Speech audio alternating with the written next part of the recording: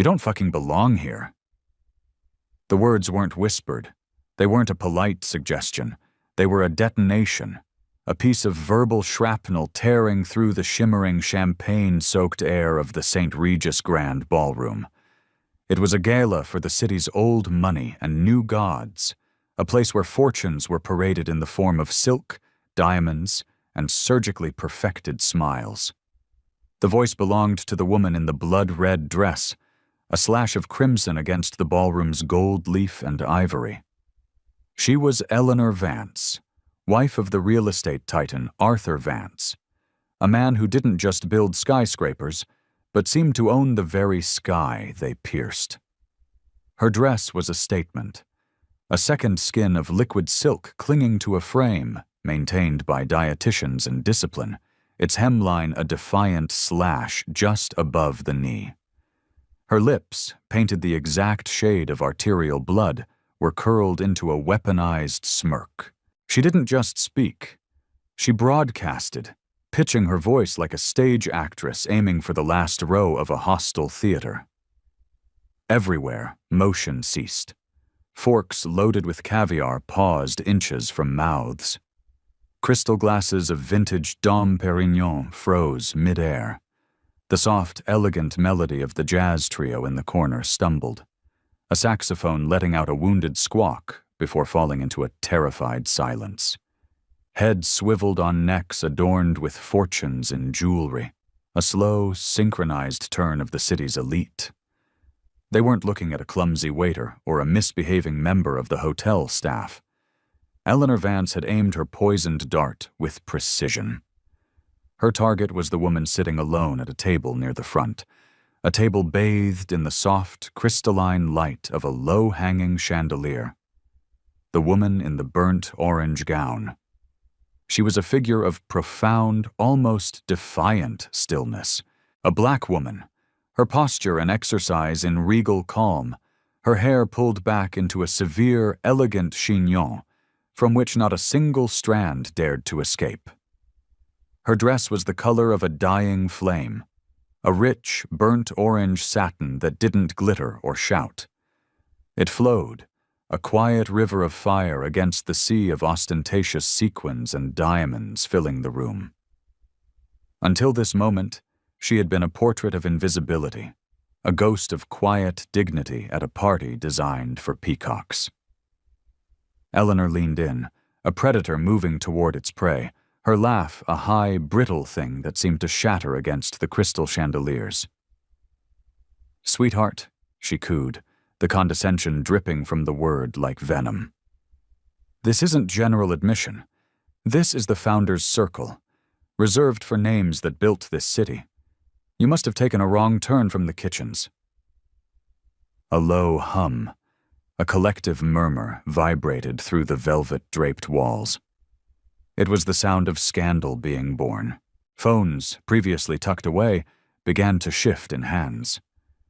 A few screens blinked to life, their lenses aimed discreetly. The woman in orange offered no reply. She didn't flinch. She simply lifted her champagne flute, the pale gold liquid catching the light, and took a slow, deliberate sip, as if the insult were a minor disruption, a fly buzzing in another room. But the room felt it. Oh, everyone felt it. This wasn't a simple faux pas.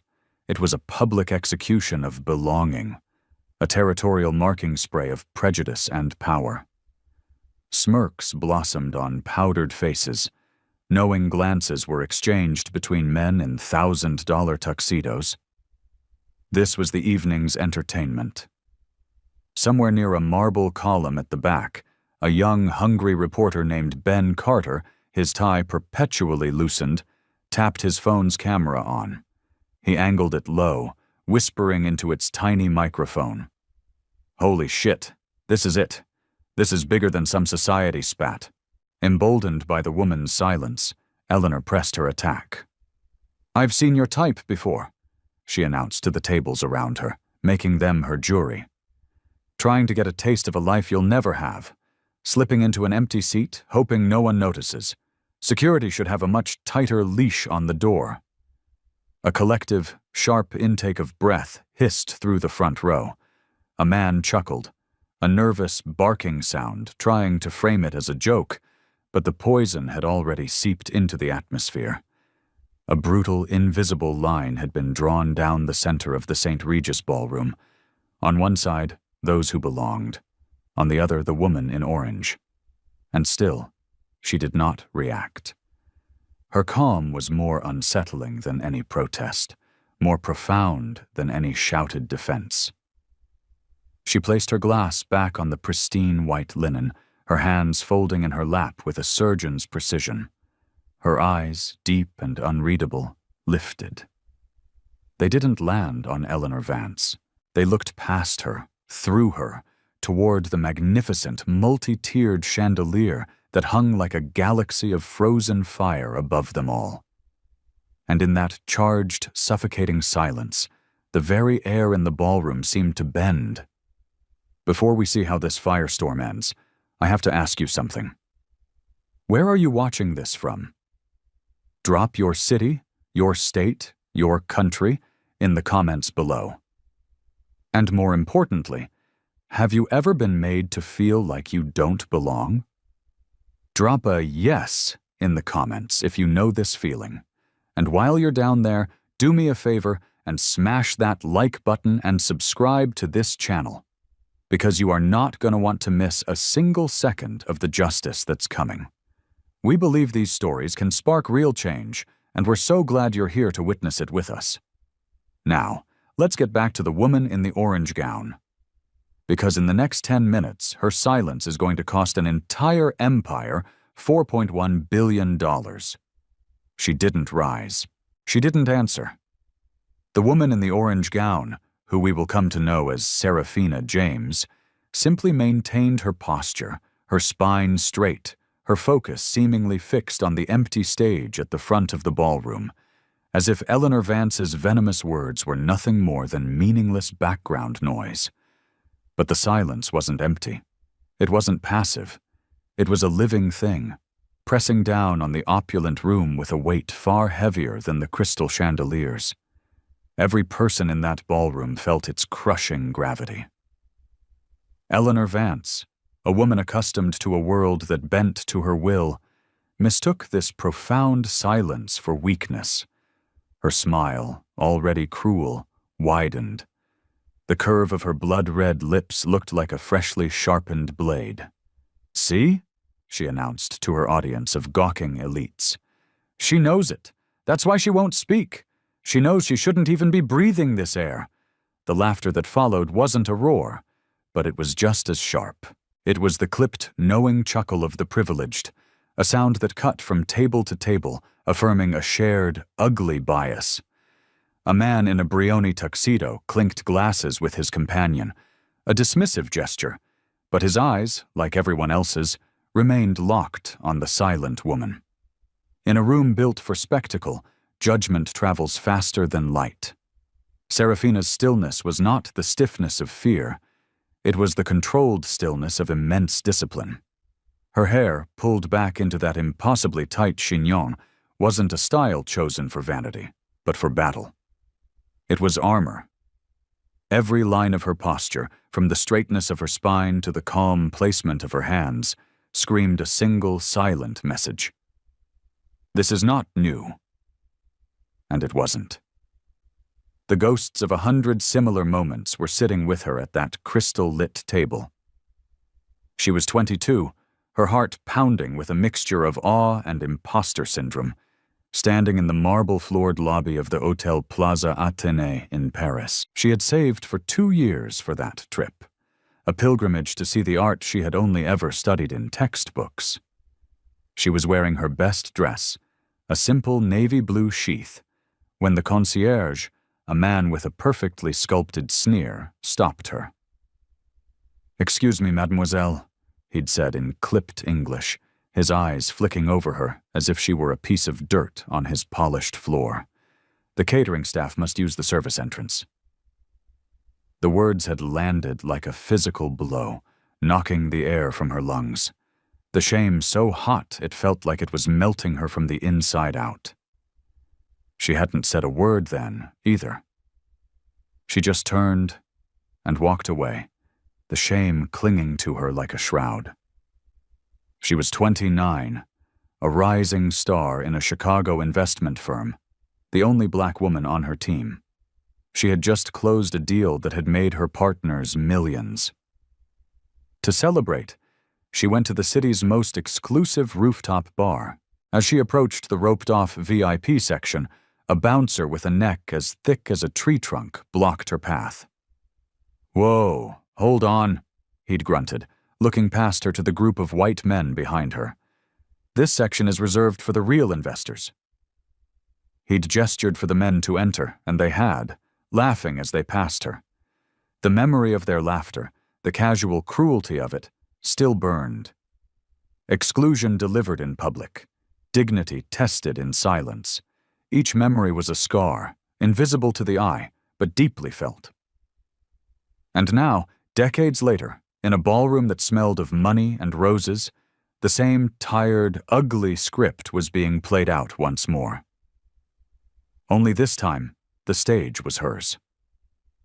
Across the room, Ben Carter, the young journalist, leaned against a marble column, his phone held steady, angled discreetly toward the drama. He whispered into his lapel mic, his voice low and urgent. "This isn't just high society gossip. This is a story about power, about who gets to decide who belongs. Keep rolling, no matter what." Meanwhile, Eleanor, high on her perceived victory, pivoted to a nearby cluster of guests, her voice loud and performative. "Honestly, it's just embarrassing for the St. Regis. Someone should have been checking credentials at the door. A seat like this?" She paused, her eyes raking over Serafina's form, from the elegant chignon to the hem of her satin gown. "Isn't for that." The word landed. That. A single dehumanizing syllable. Gasps, sharp and audible, rippled through the nearby tables.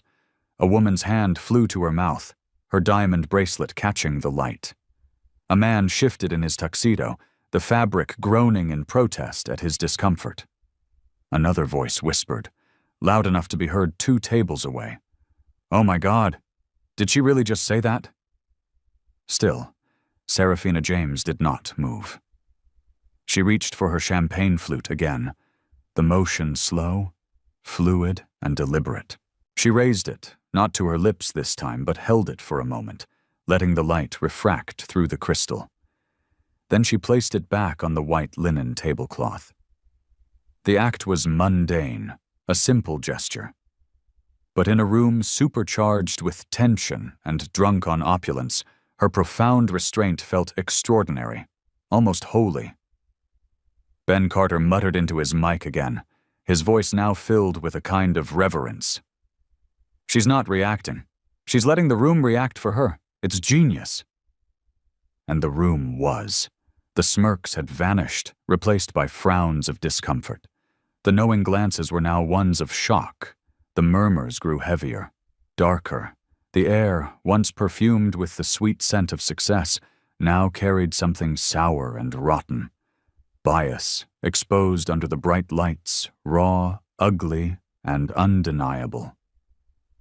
Eleanor Vance, lost in her own cruel performance, didn't see it. She was the star of her own show, and she was playing for the rafters.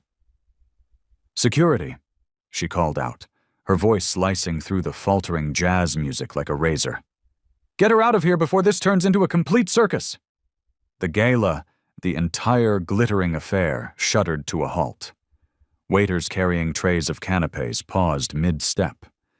The hotel's general manager, standing at the edge of the stage, stiffened, as if he'd been struck by lightning. A spotlight of shame had been switched on, and its unforgiving glare was now on everyone.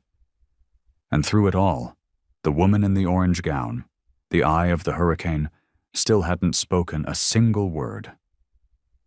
The word security had barely left Eleanor's lips when a man in a flawless black tuxedo materialized at the edge of the ballroom.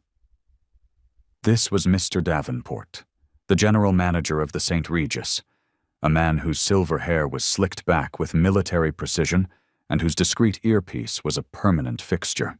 He moved with the practiced speed of a man used to extinguishing social fires, but tonight his steps lacked their usual confidence. There was a hesitation in his gait, a flicker of uncertainty in his eyes. He had heard the tone, he had seen the gesture, and now the weight of 200 pairs of eyes was on him, waiting to see how he would navigate this minefield. Eleanor Vance greeted him not with relief, but with a triumphant tilt of her chin, as if her personal cavalry had arrived. "Finally, Davenport," she said, her voice dripping with command. "Please escort this woman out. She's taken a reserved seat at a benefactor's table. It's utterly humiliating for the hotel." Davenport's gaze shifted reluctantly toward the woman in the orange gown. Serafina hadn't moved. She hadn't spoken.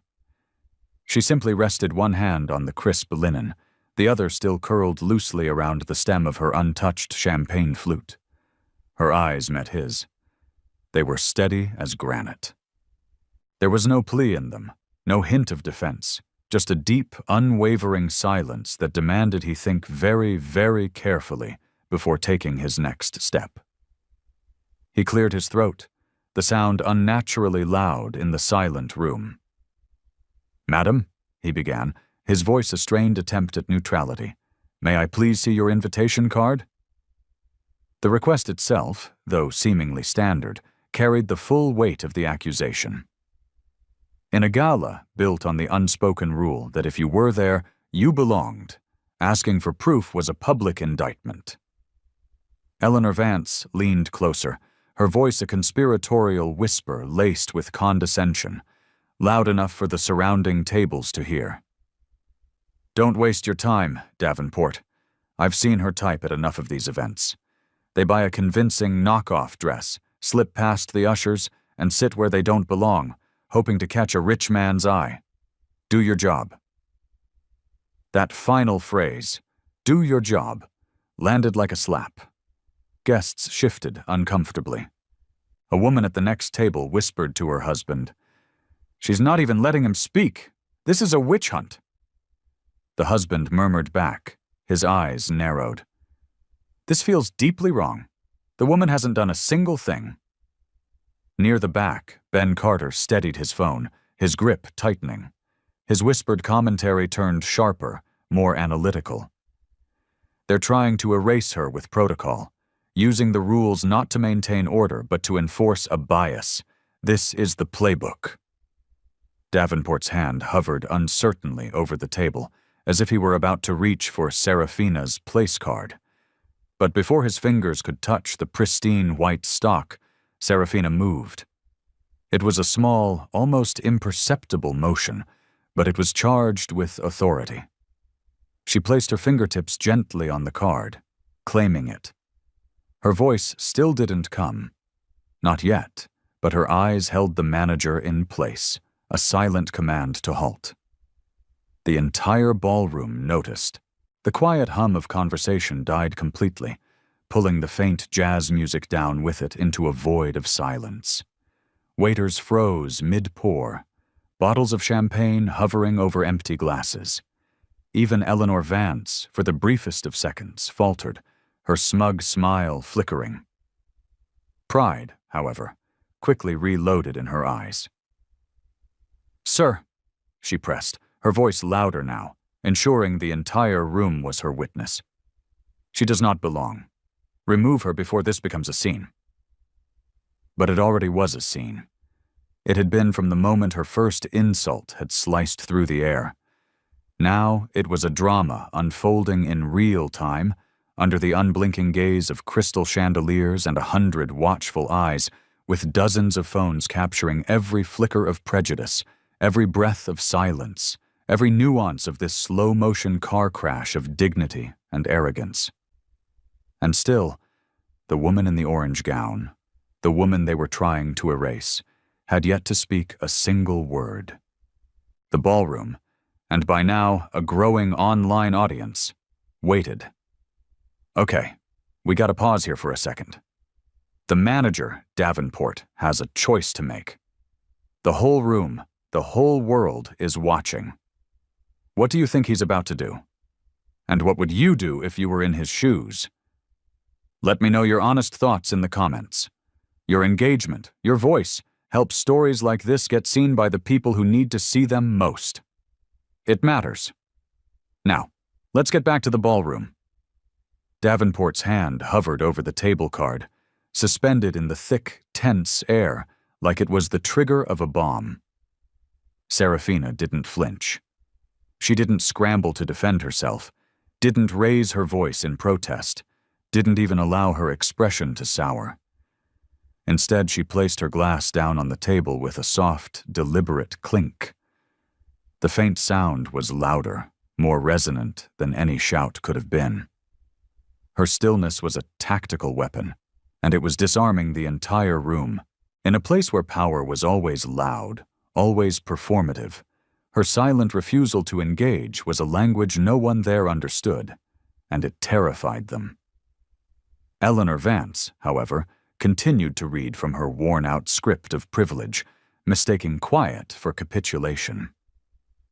"See?" she sneered, leaning into the silence. "Not a single word. She knows she's been caught. She knows she's out of place." But the silence wasn't surrender. It was a holding pattern. It was a gathering of strength. It was pure, unadulterated presence. Guests who had been snickering just moments before now simply stared, trapped in a state of profound discomfort they couldn't quite name. Why wasn't she fighting back?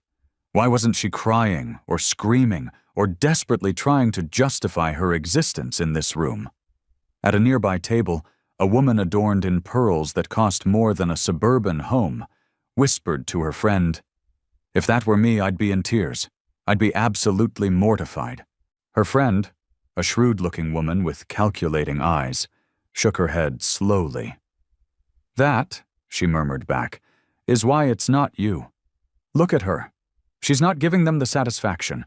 She's not giving them anything at all." In the corner, Ben Carter's whispered narration into his phone mic had become almost reverent. "She's holding the entire room hostage with her silence. You can feel it. It's a physical presence. It's heavier than the music, heavier than the damn chandeliers." Eleanor either didn't hear this shift, or more likely, chose to ignore it. She raised her glass in a mock salute, her voice ringing sharp as crystal. "Let's toast," she announced with a brittle laugh, "to keeping these events exclusive. To standards." It wasn't just arrogance anymore. It was a desperate performance. She was trying to rally the crowd back to her side, to reinforce the invisible walls of their shared world. But the crowd was no longer with her. They weren't laughing. They were watching, their faces a mixture of fascination and horror. Davenport, the manager, cleared his throat again, the sound a dry rasp. He was visibly uncomfortable in his assigned role as enforcer. His fingers finally brushed against the edge of the table card, but Serafina moved a fraction of an inch, just enough to cover the card completely with her palm. No words. No fight. Just a simple, undeniable act of ownership. The gesture, so small, landed with more force than a shouted argument. In that moment, another ghost entered the ballroom, another memory pressing into her mind like a fresh scar. She was 16 years old, standing in the lobby of a grand hotel in Charlotte, North Carolina. It was her first time attending a statewide debate competition. She was dressed in her Sunday best, a new dress her mother had worked overtime to afford, clutching her notes and her purse with trembling hands. She was just trying to find the conference room when a clerk at the front desk called out, his voice laced with suspicion, "Excuse me, this area is for hotel guests only." She had tried to explain about the debate, but he hadn't listened. He and a security guard had escorted her out, pushing her onto the hot sidewalk as if she were trash. They didn't listen then. They just saw a young black girl where they didn't think she belonged. Now, decades later, the universe was trying to repeat the same ugly pattern, only this time, she was not the one who was trembling. Her silence wasn't empty. It was filled with decades of refusal. A refusal to bend, a refusal to break, a refusal to be erased from a room she had every right to be in. And though her lips had not yet parted, the entire ballroom, with its glittering chandeliers and its ugly prejudices, was beginning to hear her loud and clear. It began as a single point of light. From the far corner of the ballroom, the small red recording light on Ben Carter's slim black phone blinked alive. Ben, barely 30 but with the world-weary eyes of a veteran journalist, angled his camera low, his lips moving almost silently as he narrated the scene. If you're just joining the live feed, you need to see this. Remember what you see here. Remember how it all started. With one sentence. A ripple of awareness. A new kind of tension passed through the room. It wasn't just a spectacle anymore. It was being documented. A woman in a shimmering emerald silk gown elbowed her husband, nodding subtly toward Ben's lens. The husband frowned, whispering back, his hand shielding his mouth. "Be careful, darling. They'll throw him out, too." But Ben didn't stop. He zoomed in, framing the shot perfectly. The visual contrast was cinematic.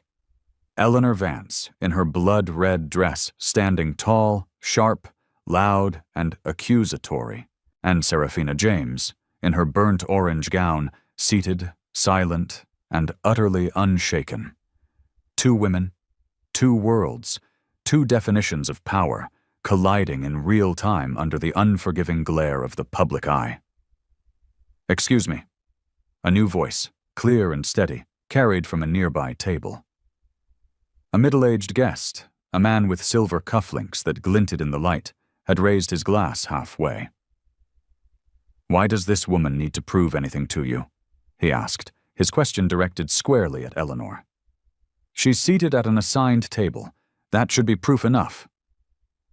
Eleanor spun on her heel, her reaction a clipped, metallic laugh that held no humor. "Oh, please," she scoffed, dismissing him with a wave of her hand. "You clearly don't know these people. They sneak in. They pretend to belong. This is precisely why standards matter. To protect us from them." Her words, particularly "these people," ricocheted off the chandeliers and landed like grenades in the tense silence. This time the reaction was not subtle. Gasps echoed openly. Whispers turned to hisses. A woman near the stage shook her head sharply, muttering to her companion, "Did she just say, 'these people' in 2025? The manager, Davenport, froze completely. His hand hovered mid-air, caught in an impossible position between a powerful guest's ugly demand and the rapidly souring mood of the entire room. He could feel the weight of 100 pairs of eyes, the glare of a dozen phone cameras, all waiting to see which side of history he would choose to stand on. Serafina still didn't move. She hadn't spoken a single word, but her profound stillness was rewriting the entire script of the night. The aggressor was starting to look frantic and shrill. The target looked composed and powerful. The crowd, the jury of her peers, was beginning to choose who they believed. Ben Carter's voice whispered urgently into his mic. "Stay on her. Stay steady. This isn't silence anymore. This is strategy. Watch how the entire room is bending toward her." Another phone rose, then another. The guests, at first trying to be discreet, were now openly recording. Their screens glowed in the dim light, catching the raw tension, the stark imbalance, the breathtaking arrogance on full display. Eleanor Vance noticed the sea of glowing screens. Her smile cracked for a moment, then reloaded, even sharper, even more brittle than before. She raised her chin in defiance. "Record all you want," she spat. "It won't change a thing. She'll be gone in 5 minutes. Security is already on its way." But her voice, for the first time, held a slight quiver at the edges, because even she, in her bubble of privilege, could feel it. The room wasn't laughing with her anymore. It was listening to her. It was recording her. It was storing every single one of her venomous words like evidence for a trial. And still, the woman in the orange gown said nothing. The ballroom's tension thickened, becoming as tangible as the smoke clinging to the velvet curtains. Eleanor stood taller now, feeding on her own toxic echo, a queen presiding over a court that was rapidly turning against her. And then, Davenport, the manager, finally made his move. It was a choice that would seal his fate. His hand swept across the table, snatching the place card from beneath Serafina's calm, unmoving palm. He held it high, his voice ringing out like a judge delivering a verdict. "This is invalid," he declared, his voice shaking slightly. "You are not on tonight's registry." A collective gasp rattled the crystal flutes. Guests leaned forward, straining to read the name on the card from afar. Ben Carter's phone zoomed in, capturing every syllable, every tremor in the manager's hand. Serafina didn't rise. She didn't try to snatch the card back. She simply folded her hands in her lap, her eyes never leaving the manager's face. Eleanor Vance clapped her hands together once, a single mocking round of applause. "Finally! Thank you, Davenport. Now remove her before she embarrasses herself any further." But Davenport wasn't finished. His performance of humiliation was just beginning. He placed the card flat against his palm, holding it out like evidence in a courtroom. His tone sharpened, hardened with a newfound desperate authority. "Madam, this table is reserved for our highest-profile donors. I cannot allow you to remain seated. Please cooperate, or our security team will be forced to intervene." From the third row, a man in a tuxedo called out, his voice booming with indignation. "She's been sitting here calmly this whole time. Why are you treating her like a common trespasser?" Davenport's jaw tightened. He shot a look at the man. Then his eyes snapped back to Serafina. "Because," he said, the words cracking across the ballroom like a whip, "calm does not equal credibility, and silence does not equal access." Those words, "calm doesn't equal credibility," landed with a sickening thud. They weren't just procedural, they were a personal attack, a philosophical judgment. They carried the sting of a deep, systemic accusation, the certainty of a dismissal rooted in something far uglier than a simple seating chart error. Eleanor smirked, circling the table like a victorious predator savoring the final moments of the hunt. "You hear that?" she gloated. "Even the management agrees. You don't belong. Not here. Not at this level." Phones tilted higher, no longer hidden in laps but held aloft like torches. The screens glowed like tiny spotlights, all aimed squarely at the spectacle of arrogance and prejudice. Serafina inhaled once, a slow, deliberate breath, but she still didn't speak. Instead, she adjusted her chair by a single inch. It was a gesture so small, so controlled, it felt like a monumental act of defiance. Ben Carter whispered into his mic, his voice electric with the gravity of the moment. "That's it. That's the moment," he said. "Calm doesn't equal credibility. That phrase is going to live on the internet forever by morning." A murmur of outrage ran through the crowd, louder now than the jazz quartet's uneasy, faltering notes. The guests were no longer neutral observers. Some frowned openly. Others whispered their disgust. A woman near the bar hissed under her breath, loud enough for those around her to hear. "She hasn't done a damn thing. This is nothing more than prejudice dressed up as hotel policy." But Eleanor Vance only laughed harder, her voice a shrill echo under the chandeliers. "Escort her out. Do it now. She has already ruined this entire evening." And as Davenport nodded grimly, turning to signal to the hotel's security team, who were now approaching from the back, the fragile balance of the ballroom finally began to tilt toward its breaking point.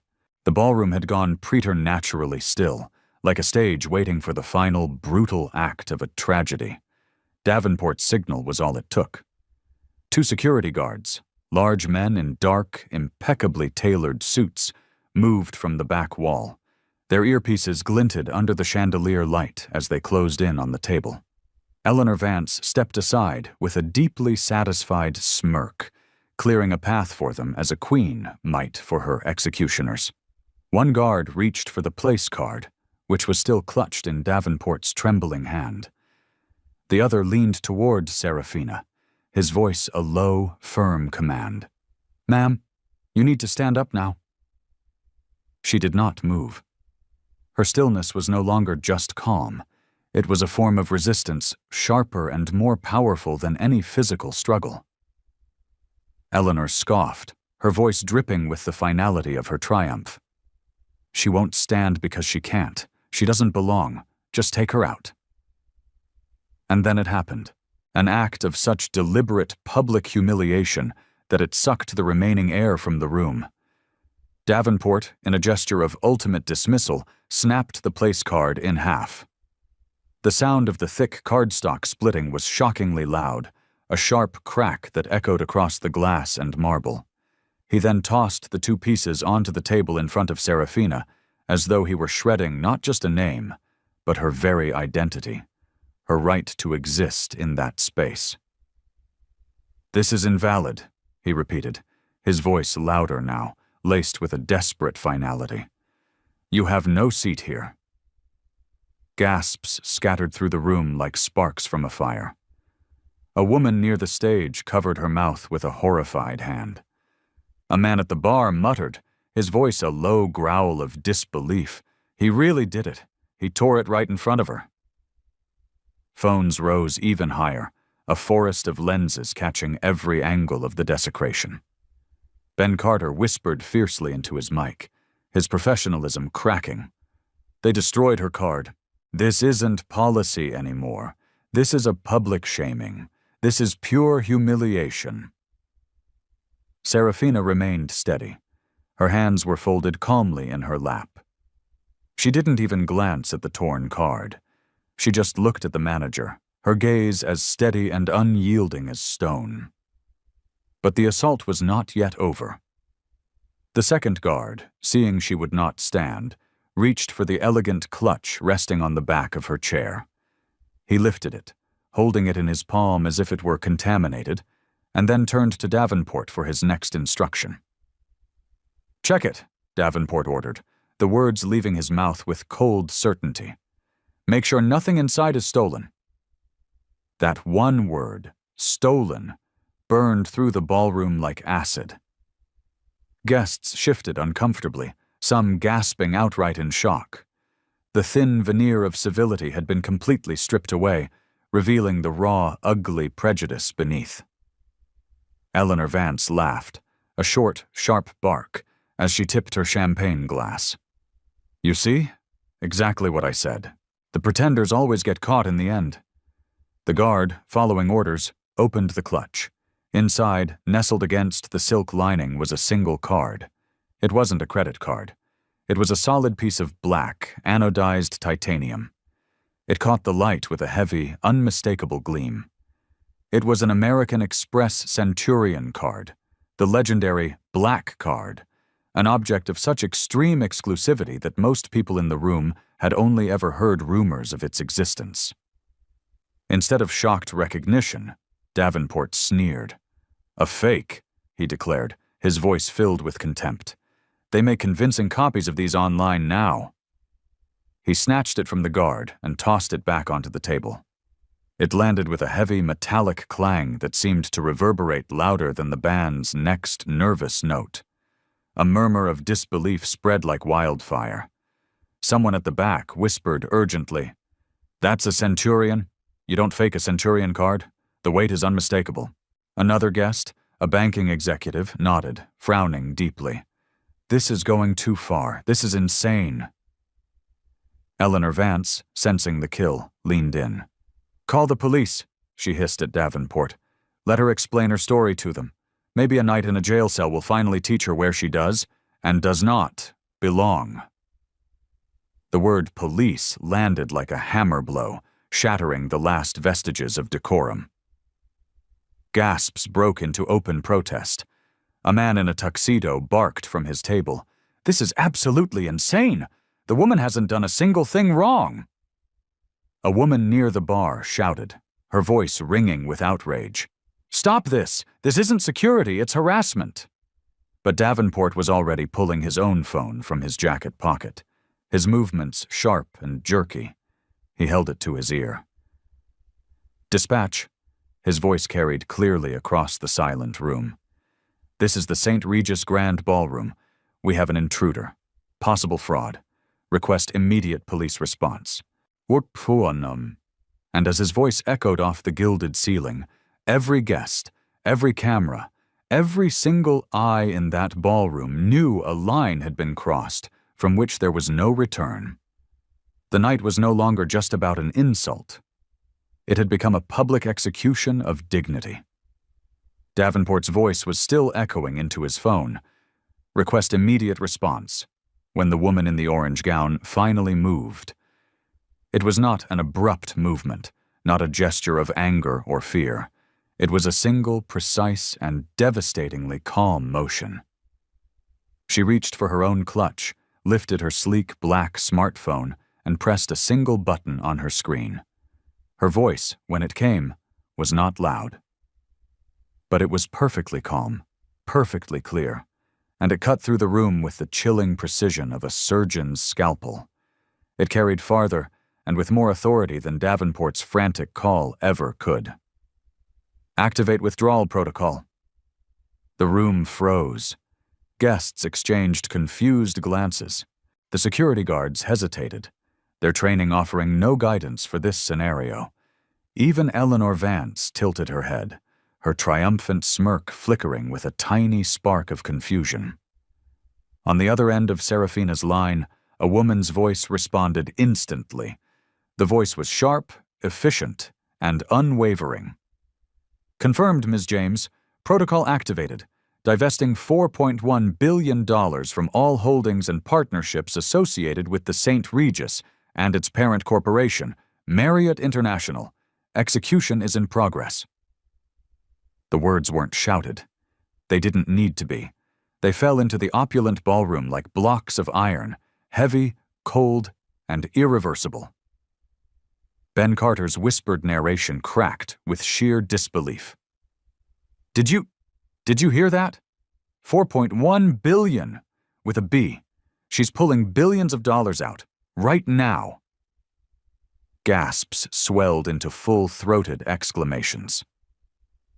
A man at the bar dropped his glass, the sound of it shattering on the marble floor barely registering. "She's not a guest," he muttered, his eyes wide. "She's a major shareholder." A woman nearby clutched her pearl necklace, whispering, "No, more than that. Much more. She's in control." Eleanor Vance tried to laugh, but the sound that came out was a strangled, hollow croak.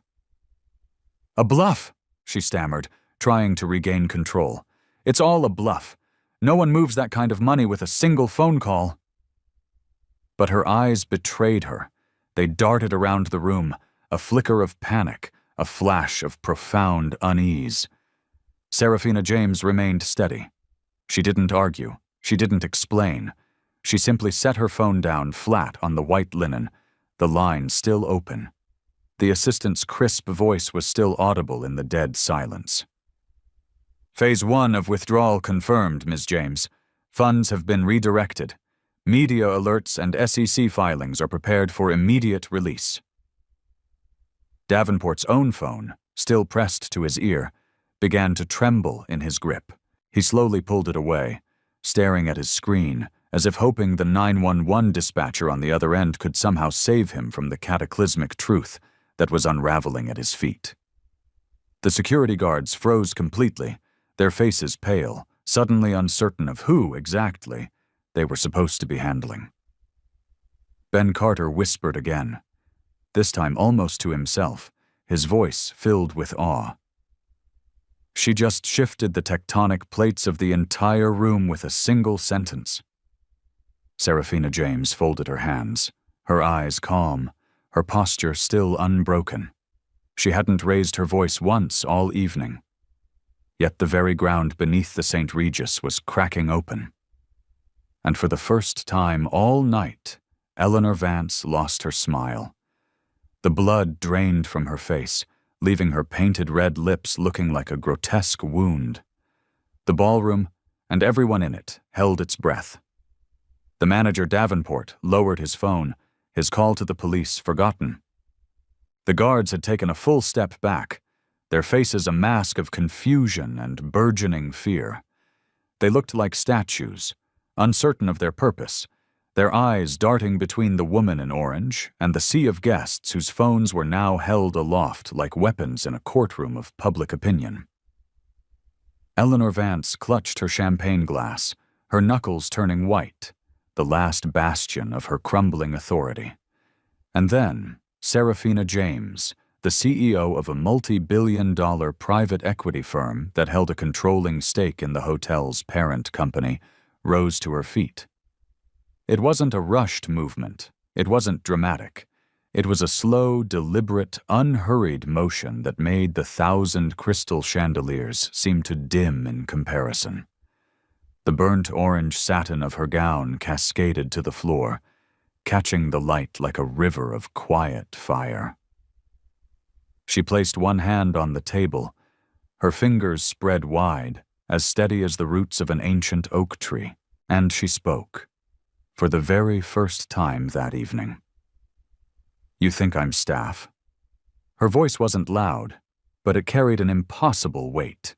It cut through the ballroom sharper than shattering crystal, silencing every rustle, every whisper, every breath. Guests leaned forward in their chairs, every syllable pulling them closer into her orbit. "You think I don't belong here? You think my silence was surrender?" She straightened to her full height, her gaze sweeping across the stunned faces, across the glowing phone screens, and finally, landing like a physical blow on the woman in red who had dared to try and erase her.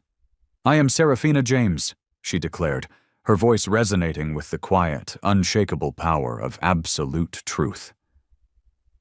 "I am the founder and CEO of Onyx Capital, the firm that owns a controlling stake in this hotel, in its parent company, and in the entire chain of properties it represents." She paused, letting the weight of her words settle into the marrow of the room. "Every chandelier above your head," she continued, her voice dropping to a near whisper that was somehow more powerful than a shout. "Every crystal glass in your hand, every single inch of this ballroom you stand in, exists because I allow it to." A sound like thunder erupted through the room. It was the sound of 200 people gasping at once. Ben Carter nearly dropped his phone. Someone at the back shouted a raw, visceral, "Oh my God!" Eleanor Vance stumbled back a half step, her smug mask of superiority completely collapsing into a void of slack-jawed silence. Her wineglass, forgotten in her hand, slipped from her trembling fingers. It fell to the floor, shattering against the marble with a sharp crack. Red wine bled across the pristine white floor, a spreading stain that could never be erased. The manager's face drained of all color, leaving it a sickly, pale gray. His hand still held the 2 pieces of the torn place card, the fragments of his own career, now trembling uncontrollably between his fingers.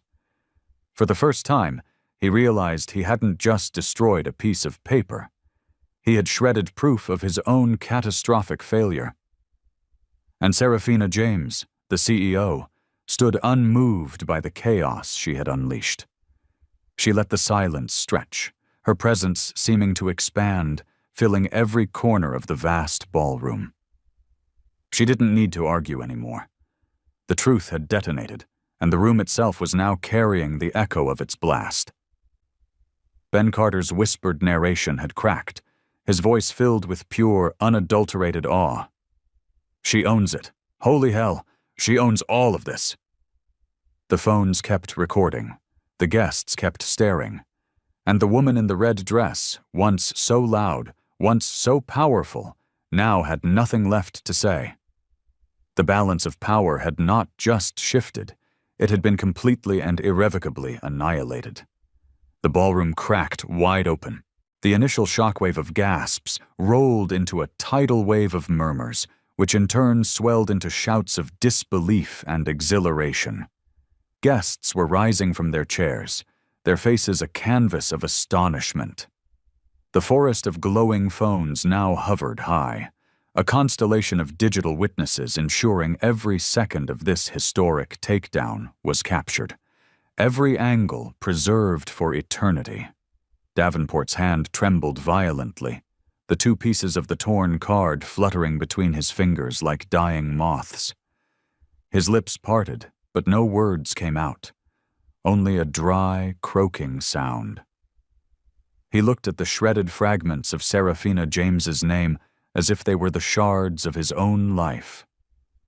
Sweat gathered at his temples, trickling down his pale face.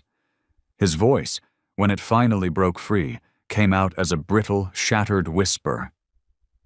This can't be real."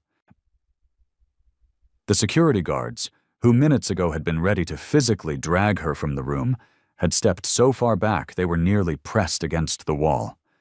They could not meet her eyes. One muttered to the other, his voice a low groan of horror.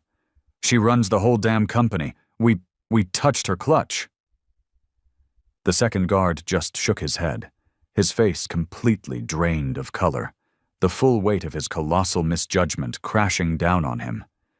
And Eleanor Vance, the billionaire's wife, the catalyst for this entire implosion, found her facade not just cracked, but shattered into a million pieces.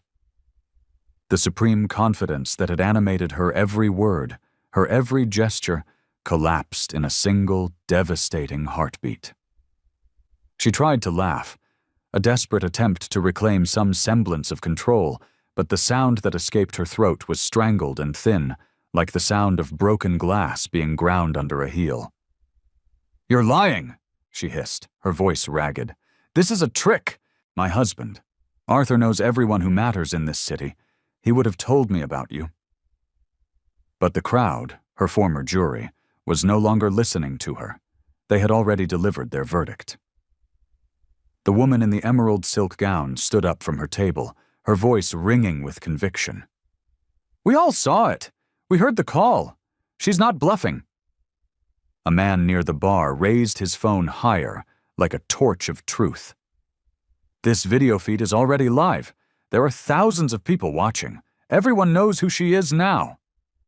Ben Carter's voice cracked with awe and adrenaline as he narrated for his rapidly growing audience.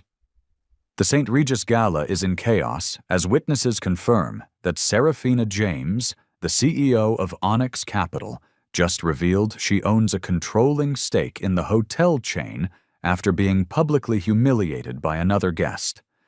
This is corporate history. This is social justice, unfolding right before our eyes. Davenport stumbled backward, his headset finally sliding loose from his ear and clattering to the marble floor. He turned toward the stage, his eyes darting around wildly, searching for an escape that did not exist. The eyes of the entire ballroom had pinned him in a spotlight of his own making. Then, something extraordinary happened. A single guest began to clap. It was a slow, deliberate applause. Then another joined in, and another. Soon, it was a wave, gathering strength, rolling through the chandeliers until the applause was a deafening thunder. It wasn't just a celebration. It was a judgment. It was a roaring condemnation of the arrogance, the prejudice, the public humiliation that had just so spectacularly imploded. Eleanor shook her head violently, her diamond earrings swaying. "No," she shrieked, trying to be heard over the applause. "No, you don't belong here. This night is ours." But her voice was a pathetic squeak, drowned out by the relentless, heavy roar of the crowd's approval for Serafina. Some guests were cheering outright. Others were shouting words that cut Eleanor sharper than any crystal. "Respect her. She owns this place. Justice! Right here. Right now."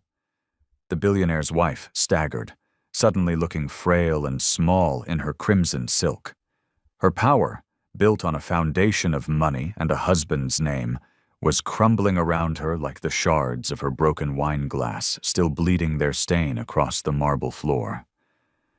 And at the center of it all, Serafina James stood calm. The flame-colored satin of her gown rippled softly around her, as if she were completely untouched by the hurricane of chaos she had just unleashed. The room had chosen its side. The thunderous applause had not yet faded when Serafina reached for her phone again. There was no rush, no theatrics, just a calm, deliberate tap on the screen. The connection to her assistant reopened. "Status," she said. The single word cut through the ballroom like a judge calling for order. On the other end, her assistant's voice was crisp, clear, and undeniable. "Withdrawal is complete, Ms. James. $4.1 billion have been liquidated from all St. Regis and Marriott-affiliated properties and funds. All related contracts have been flagged for immediate review. The media brief is finalized and ready for release on your command." The room gasped as one, as if the air had been collectively punched from its lungs. On a large screen near the stage, which had previously been scrolling a list of donor tributes, something new appeared. It was a live feed of market data. Numbers began to roll across it, holdings, stakes, funds dissolving in real time. The stock of the hotel's parent company was plummeting in after-hours trading. Guests craned their necks, their jaws hanging open. Davenport stumbled back another step, his headset now lying forgotten at his feet. "No," he whispered, his voice broken. "No, this can't be happening." Serafina turned her gaze upon him. It was steady, and it was merciless. "You tore my name in half," she said, her voice quiet but carrying the force of a landslide. "Consider your employment to be the same. Effective immediately, you are dismissed." His mouth fell open. Around him, murmurs exploded into exclamations. Guests whispered in disbelief. "She just fired him, right here, in the middle of the ballroom." Her eyes, cold as obsidian, slid from the disgraced manager to the two frozen security guards. "And as for you," she said, her voice unwavering, "you touched what was not yours. You acted on arrogance, not evidence.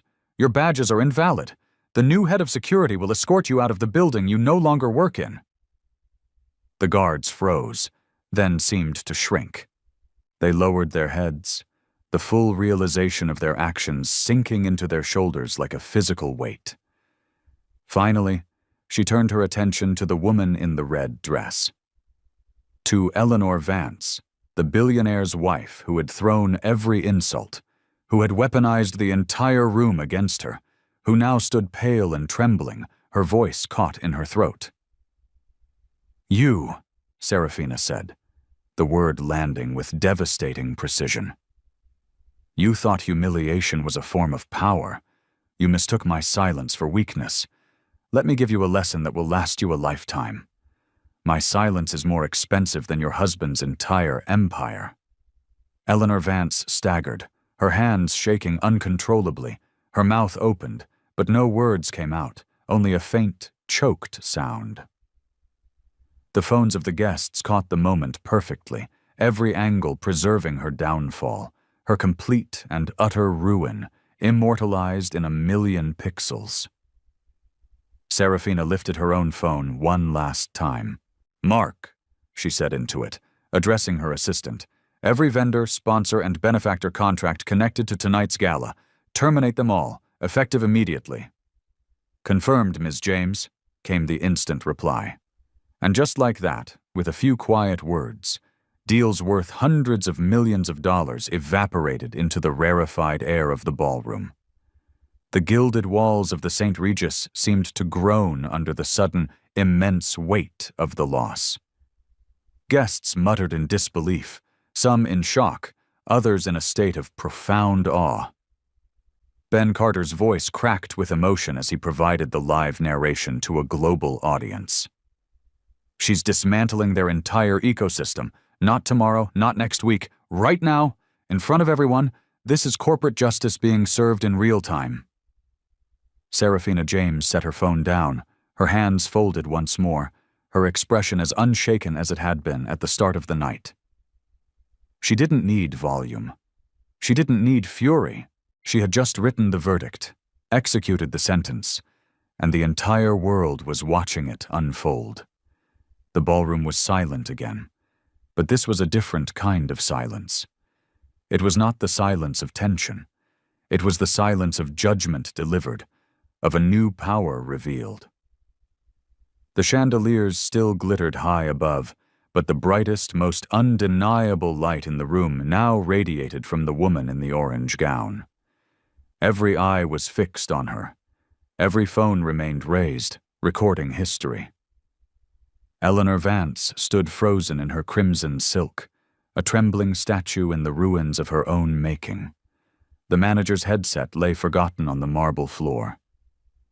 The security guards had receded into the shadows, ghosts of the power they once thought they held. Serafina let the silence breathe. She let it stretch and deepen until the full weight of the evening settled on every shoulder in that room. Then, she spoke one last time. "You thought I needed your approval to belong," she said, her voice carrying across the silent space, not loud, but absolute. It traveled across glass, velvet, and marble, sinking into the consciousness of every guest, every witness, every person watching on a screen miles away. "You thought that by erasing my name from a piece of cardstock, you could erase me. You were wrong. I don't need your cameras to prove what happened here tonight," she continued, her eyes sweeping the room. "Because I am the result of every camera, every insult, every attempt to silence a person like me throughout history. I am not the footage of what you did. I am the verdict." Gasps rippled through the stunned crowd. Someone clapped, and then another. The applause swelled again, this time not just as a judgment on Eleanor, but as a tribute to Serafina. It rolled like thunder across the ballroom, wave after wave, until it seemed to shake the very foundations of the building. Ben Carter's voice, trembling with awe, whispered into his mic. "She just ended it. That's the line. That is the one the world will remember." Serafina turned, one last time, toward the woman in the red dress, her final words as sharp and as clear as a diamond. "Dignity," she said, "does not ask for permission. It defines the room." Eleanor Vance finally lowered her eyes, her shoulders folding in utter defeat. There was no defense left, no laughter, no fight. Only the kind of silence that cuts deeper and lasts longer than any insult. Serafina James gathered her clutch, lifted her phone, and began to walk. She walked past the manager who once dared to tear her name in two. She walked past the shattered glass and the spreading red stain on the floor. The guests parted before her like the Red Sea, clearing her path. Some bowed their heads in respect. Some whispered blessings. All of them knew, with absolute certainty, that they had just witnessed something far larger than a society scandal. They had witnessed justice in its purest and most potent form. At the grand doorway, she paused. The polished marble floor still reflected the image of her burnt orange gown, unshaken, unstoppable, unbreakable. She turned back once, her eyes sweeping across the ruined ballroom one final time. "Remember this moment," she said, her voice a final, powerful echo.